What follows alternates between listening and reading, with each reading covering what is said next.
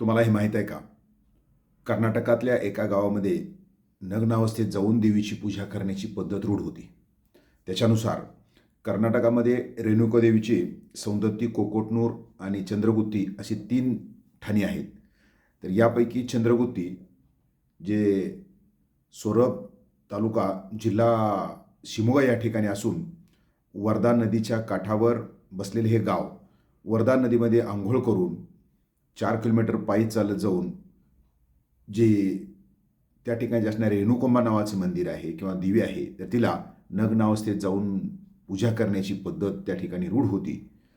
अलीकडे याच्यावर बंदी घातल्यामुळं वरच्या बाजूला लिंबाचे जे काही फाटे वगैरे बांधले जातात. मात्र ही पद्धत नग्न अवस्थेत जाऊन करण्याची पद्धत त्या ठिकाणी नवसाने होती. त्याला बेताले सेव असं म्हटलं जायचं.